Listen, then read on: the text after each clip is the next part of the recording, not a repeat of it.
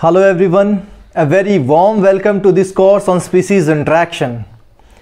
Learners, today we are going to discuss a very relevant topic of ecology, that is species interaction.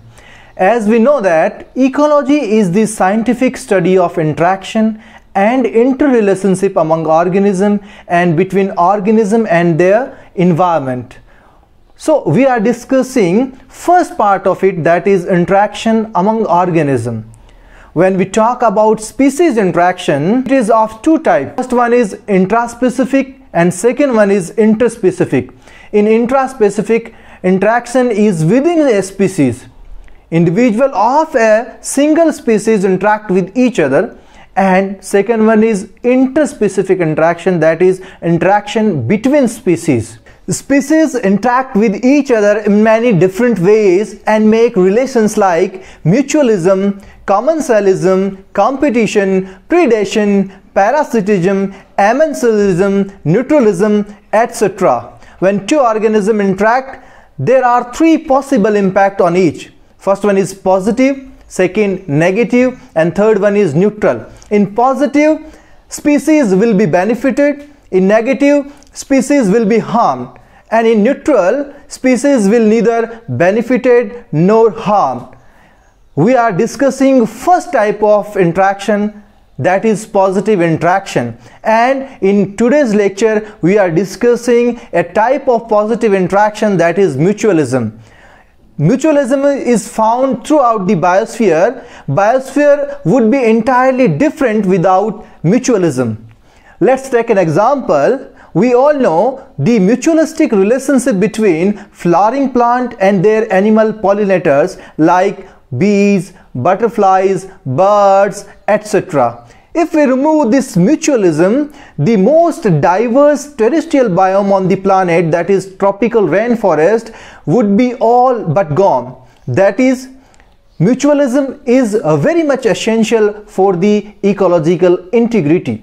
Sometimes students got confused with terms mutualism and commensalism. Let's clear it. In mutualism, the both partners are benefited. But if we talk about commensalism, only one of them will be benefited while the other one will neither benefited nor harm. Remember, in commensalism, another partner will neither benefited nor harm.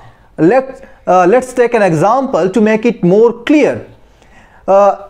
Relation between honeybee and sunflower is a mutualistic relationship. In this relationship, both bees and sunflowers are benefited. But an orchid on a tree is a relationship of commensalism. In this relationship, only orchid will be benefited while the tree will neither benefited nor harm. Now let's discuss the different types of mutualism. Mutualism is of two types. First one is obligate mutualism and second one is facultative mutualism.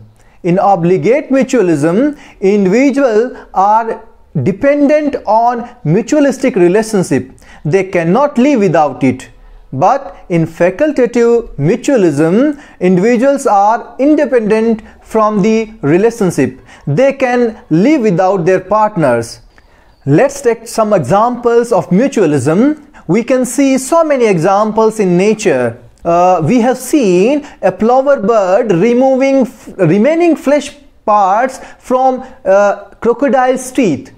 In this relationship, both crocodile and plover birds are benefited. Oxpecker on zebra, and if we talk about in sea, we have seen sea anemone and an anemone fish. Mycorrhizal fungi and plant relationship is also a mutualistic relationship.